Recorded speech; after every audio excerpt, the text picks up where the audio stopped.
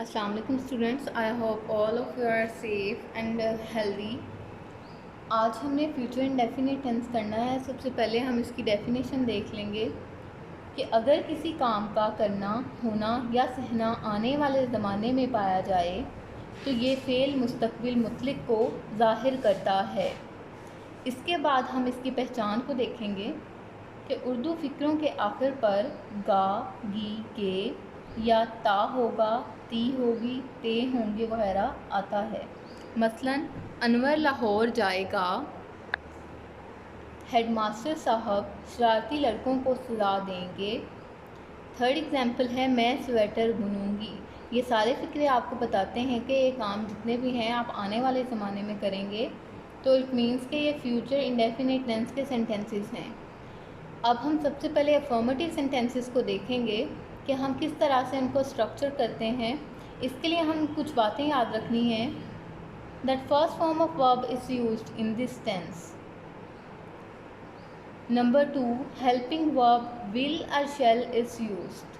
ठीक है कि यहाँ एक तो आपने फर्स्ट फॉर्म ऑफ वर्ब इस्तेमाल करनी है इस टेंस में, पूरे टेंस में, चाहे आप कोई भी फिक्रा स्ट्रक्चर करें, चाहे वो फॉर्मेटिव हो, नेगेटिव हो, इंटेरोगेटिव हो, डबल इंटेरोगेटिव हो, इंटेरोगेटिव प्लस नेगेटिव हो। ठीक है, तो इस हवाले से आपने फॉर्म ऑफ वर्ब के हवाले से आपने कंफ्यूज नहीं होना, फर्स्ट फॉर्म ऑफ वर्ब ही इस्तेमाल करनी है इस टेंस में। देन आपने हेल्पिंग वर्ब जो है विल या शेल इस्तेमाल करना है। आपने याद रखना है that shall is used with I and we but will with all the other subjects. ठीक है, शेल को सिर्फ आई और वी के साथ इस्तेमाल करना है और बाकी जितने भी आपके सब्जेक्ट्स हैं आपने उनके साथ विल ही इस्तेमाल करना है। ठीक है, इसके बाद हम इसकी फॉर्मेशन को देखेंगे कि हम किस तरह से एक जुमले को फ्यूचर इंडेफिनिट टेंस के अकॉर्डिंग स्ट्रक्चर करते हैं। सबसे पहले हम सब्जेक्ट लिखते हैं, फिर विल या शेल लिखते हैं, then first form of verb लिखते हैं और फिर ऑब्जेक्ट लिखते हैं। ठीक है, उसके बाद एग्जांपल्स हम इसकी देखते हैं। अनवर नज़म लिखेगा, Anwar will compose a poem. Second example है मैं ख़त लिखूँगा, I shall write a letter. Third example है आपकी हम अपने घर को साफ़ करेंगे, we shall clean our house. Third example है तुम फूल तोड़ोगे, यू विल प्लक फ्लावर्स। ठीक है, थर्ड एग्जांपल है हम मरी जाएंगे, वी शैल विज़िट मरी। ठीक है, किसी भी सिटी का नाम आता है तो आपने उसको कैपिटल लेटर से लिखना होता है। आपने एक बात नोट करनी है, when there is stress,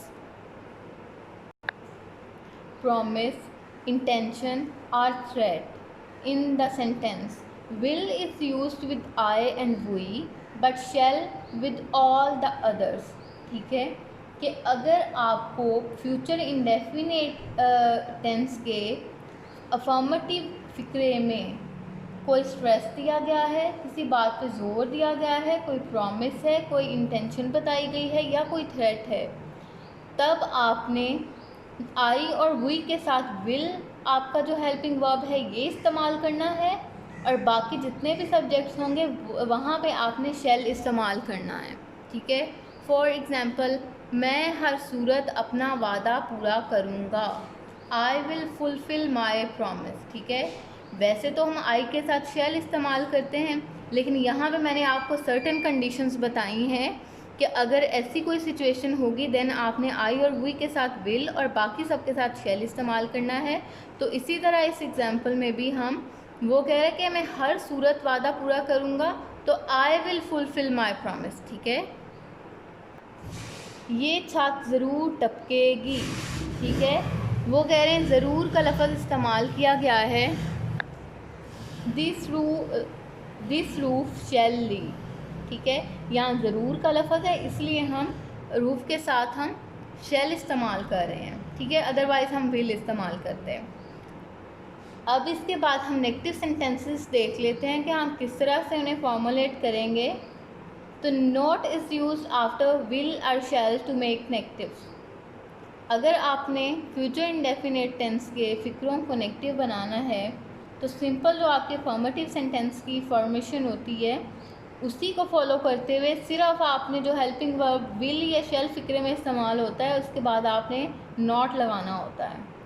formation हम इसकी देख लेते हैं। सब्जेक्ट, उसके बाद विल या शैल नॉट, फिर फर्स्ट फॉर्म ऑफ वर्ब और देन ऑब्जेक्ट। हम इसकी कुछ एग्जांपल्स भी देख लेते हैं। हम मज़ामीन नहीं लिखेंगे, we shall not write essays. Ali Multan नहीं जाएगा, Ali will not go to Multan. हम दरवाज़े पर दस्तक नहीं देंगे, we shall not knock at the door. हम चोर को गिरफ्तार नहीं करेंगे, we shall not arrest the thief. आपकी फिफ्थ वाली एग्जाम्पल है, ये छत नहीं टपकेगी, this roof will not leak. ठीक है, यहाँ पे चूँकि स्ट्रेस नहीं है, ठीक है, इसीलिए हमने रूफ के साथ विल इस्तेमाल किया है। ये नेगेटिव सेंटेंस था। वहाँ एक पिछले फिक्रे में भी विल इस्तेमाल हुआ है इसी तरह से, लेकिन वहाँ पे पॉजिटिव जुमला था और वहाँ पे स्ट्रेस था, इसीलिए हमने इस्तेमाल किया, वहाँ पे हमने शैल इस्तेमाल किया था। ठीक है, तो आपने कंफ्यूज नहीं होना कि जब हमने एक पॉजिटिव फिक्रा किया तो हमने रूफ के साथ शैल इस्तेमाल किया और यहाँ पे हम विल इस्तेमाल कर रहे हैं। वहाँ पे क्योंकि लफ्ज़ ज़रूर आया था, इसीलिए वो कंडीशन और सर्टेन रूल्स की वजह से हमने वहाँ पे शैल इस्तेमाल किया और यहाँ पे हम विल इस्तेमाल कर रहे हैं। अब इंटेरोगेटिव सेंटेंसेस देख लेंगे। आपने एक बात नोट करनी है, दैट शैल और will is placed before the subject to make interrogative. ठीक है, आपने शैल या विल को जो है सब्जेक्ट से पहले लगाना है तो आपका इंटेरोगेटिव सेंटेंस बन जाएगा। इसकी फॉर्मेशन हम देखते हैं, विल या फिर शैल, और विल या शैल हम अकॉर्डिंग टू द सब्जेक्ट लगाते हैं। ठीक है, विल या शैल के बाद हम सब्जेक्ट लिखते हैं, फिर हम फर्स्ट फॉर्म ऑफ वर्ब लिखते हैं, देन ऑब्जेक्ट लिखते हैं और लास्ट में इंटेरोगेशन मार्क जो है वो पुट करते हैं। हम इसकी कुछ एग्जांपल्स देख लेते हैं। फर्स्ट एग्जांपल है, क्या अनवर नज़म लिखेगा, will Anwar compose a poem. क्या मैं अपना काम ख़त्म कर लूँगी, शैल आई फिनिश माई वर्क। क्या हम चोर को गिरफ़्तार करेंगे, shall we arrest the thief. ठीक है, तो इसी तरह से जिस तरह मैंने आपको फॉर्मेशन बताई थी कि सबसे पहले हम शैल इस्तेमाल करते हैं, देन वी आपका सब्जेक्ट है, रेस्ट आपकी फर्स्ट फॉर्म ऑफ वर्ब है और जो द थीफ है ये आपका ऑब्जेक्ट है।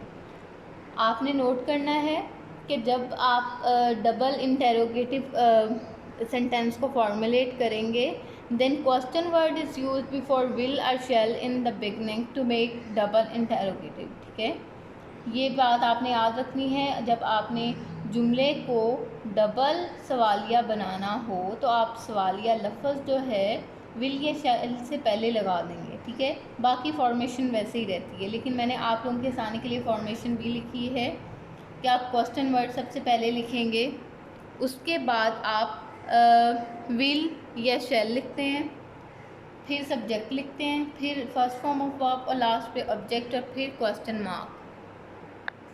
हम इसकी एग्जांपल से देख लेते हैं।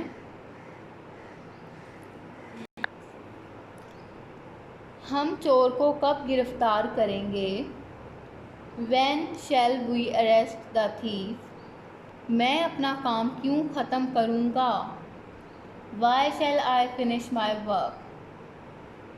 तो आपने सबसे पहले क्वेश्चन वर्ड लगाया, फिर शैल या विल में से एक लगाया अकॉर्डिंग टू द सब्जेक्ट, फिर आपने सब्जेक्ट लिखा, फिर फर्स्ट फॉर्म ऑफ वर्ब और उसके बाद आपने ऑब्जेक्ट लिख दिया। ठीक है, इसी तरह अब आप लोगों का स्टूडेंट्स फ्यूचर इंडेफिनिट टेंस जो है वो कंप्लीट हो गया है। आप लोगों को अफर्मेटिव सेंटेंसेस सबसे पहले इसकी डेफिनेशन बताई, फिर उसको किस तरह से हम आइडेंटिफाई करेंगे उसकी पहचान बता दी, फिर हमने अफर्मेटिव सेंटेंसेस किए, देन हमने नेगेटिव किए, फिर सिंपल इंटेरोगेटिव किए, उसके बाद हमने डबल इंटेरोगेटिव किए।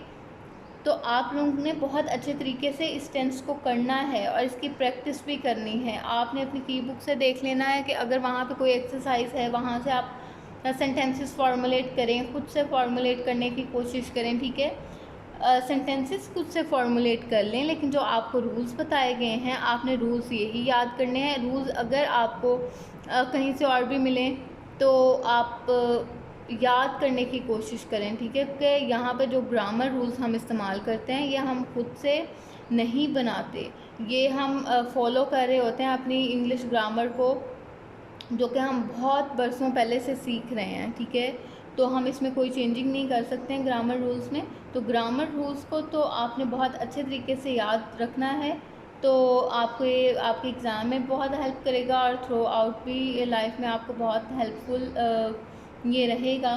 तो आप बहुत अच्छे तरीके से अपने फ्यूचर इंडेफिनिट टेंस को भी मुकम्मल करें, याद करें, इसकी प्रैक्टिस करें और घरों पे आप सेफ़ रहें। Thank you so much.